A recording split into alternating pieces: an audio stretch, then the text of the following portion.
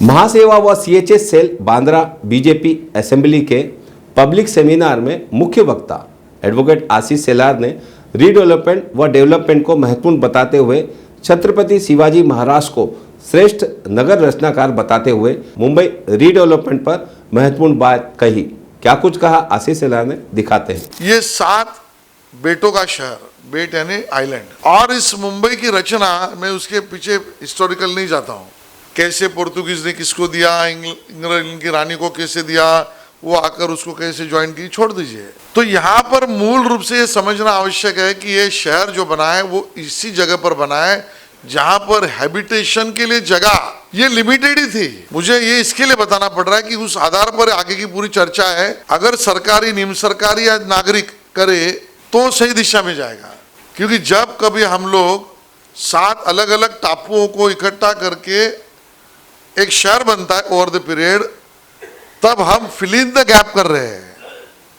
और जहां fill in the gap कर रहे हैं वहां पर पहले कुछ था, फिर वो मैंग्रोव था, खाड़ी थी, पानी था, समुंदर था, कुछ तो था। और उसके कारण इस शहर की रचना में बेसिकली ये 7 आइलैंड का शहर बना है। अब दुनिया में ऐसे शहर नहीं बने क्या? तो बने।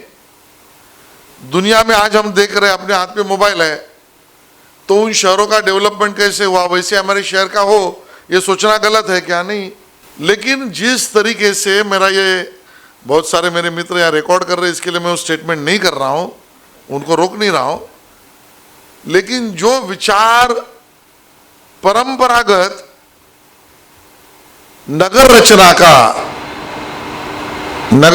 का मैं कह रहा हूं, वो राजा विक्रमादित्य से लेकर छत्रपति शिवाजी महाराज से लेकर आगे तक चला। हमने उसको भी फॉलो नहीं किया, ना हमने अंग्रेजों के जमाने में जो डायरेक्शन मिली उसको भी नहीं समझा।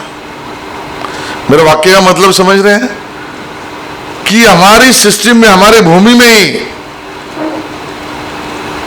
आर्य चाणक्य ने जिस राजा को बिठाया उसने रेवेन्यू का मॉडल बनाया। छत्रपति शिवाजी महाराज ने नगर रचना की कल्पना की, लेवी ऑफ टैक्सेस की कल्पना रखी, उसकी ट्रांसपेरेंसी रखी। मैं जातिगत, भाषागत, धर्मगत नहीं कह रहा हूं, मैं एक ऐतिहासिक रेफरेंस दे रहा हूं। वो छोड़ी हमने, तो उसको समझा ही नहीं। लेकिन जब हमारे ऊपर अंग्रेजों ने शासन किया, तब जो डायरेक्शन में हम चल रहे थे उस डायरेक्शन को हमने स्टडी भी नहीं किया। तो मूल रूप से हमको बेसिक में जाना पड़ेगा। और फिर मेरे मन में आता है कि भाई, अगर छत्रपति शिवाजी महाराज ने सिंधुदुर्ग डिस्ट्रिक्ट में, आप में से कितने लोग गए पता नहीं, कोई गया है सिंधुदुर्ग? फिर हाथ ऊपर करिए। और किला देखा है वो सिंधुदुर्ग का? नहीं देखा वो आज गूगल पे जाके देख सकते, यूट्यूब पे। समुंदर में किला बनाया। किला बनाया यानी क्या बनाया? तो हैबिटेशन बनाया। हैबिटेशन क्यों बनाया? सोल्जर्स के लिए बनाया। सोल्जर्स क्यों थे? रक्षण के लिए थे। रक्षण के लिए थे तो सालों साल रहने वाले थे, तो उनको ड्रेनेज भी लगने वाला था, उनको खाना भी लगने वाला था, उनको स्टोर रूम भी लगने वाला था, उनको घड़ी भी लगने वाली थी। तो वो किला समुंदर में बनाकर भी उसमें पानी नहीं आता। क्या हमने उसको स्टडी किया? लेकिन हम आइलैंड में भी है तो भी घरों में पानी आता है। तो we have not studied what was there in front of us. And the second point which I am trying to make is that the direction given by the, not direction given by the, but the direction was there when they were ruling, Britishers was ruling. What was that? Asiatic library की first step, अब step से मालूम है ना, वो town hall datum है। और कल्पना ये थी उस समय पर कि ये फर्स्ट स्टेप ये प्लिंथ लेवल शहर की होनी चाहिए, और उस लेवल पर अगर शहर आता है तो पानी समुंदर का इनग्रेस होके लोगों के घरों में, रोड पर नहीं जाएगा।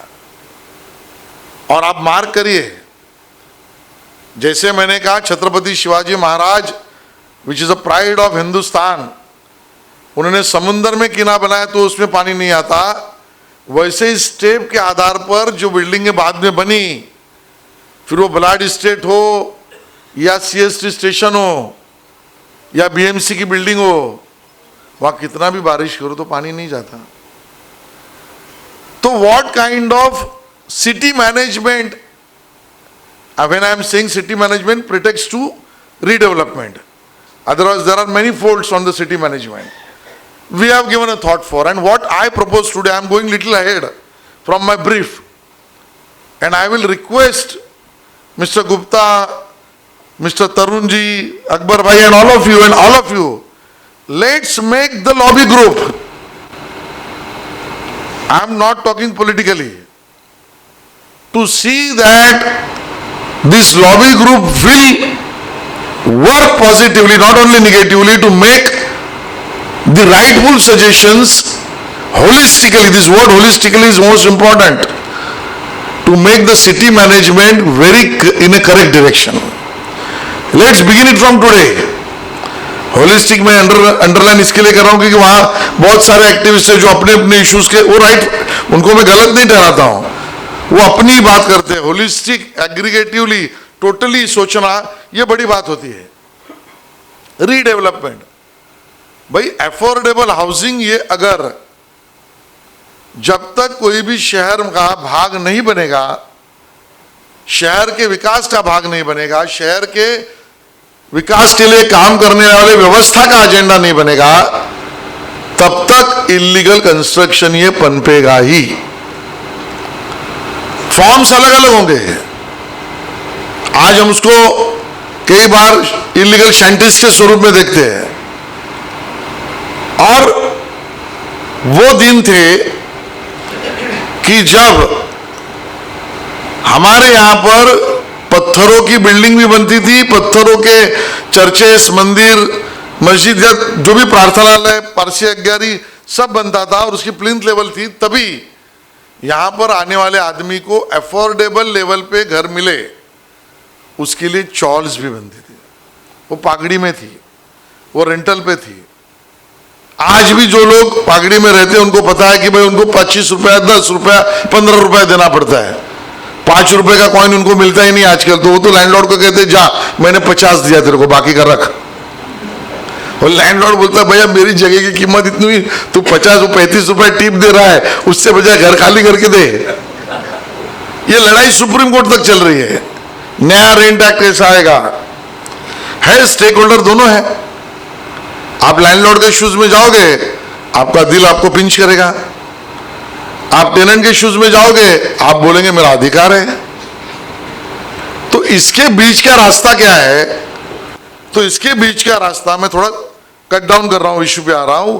इसके बीच का रास्ता है redevelopment, to make a PPP model, to make a model where the city also feels that urban development is happening, tenant also should get their rightful their share, and landlord also should feel that okay, I have some share in it, which values, which my inheritance, my parents, my successors has given me.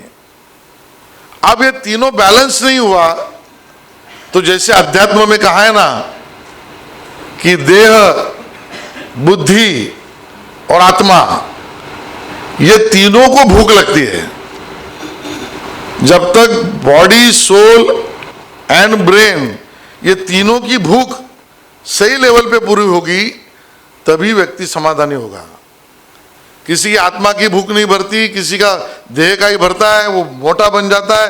किसी की आत्मा की वो इतना चिंतन करता है कि काम ही नहीं करता है। कोई नॉलेज लेने इतना बैठ जाता है कि वो आत्मा को भूल जाता है, वो समाधानी नहीं होता। वैसे ये जब तक तीनों स्टेक होल्डर, यानी urban renewal, tenant and landlord, I am not taking anybody's side, so please don't misquote me, ये बैलेंस नहीं होगा तब तक रीडेवलपमेंट की स्कीमों में अड़चने निर्माण होगी।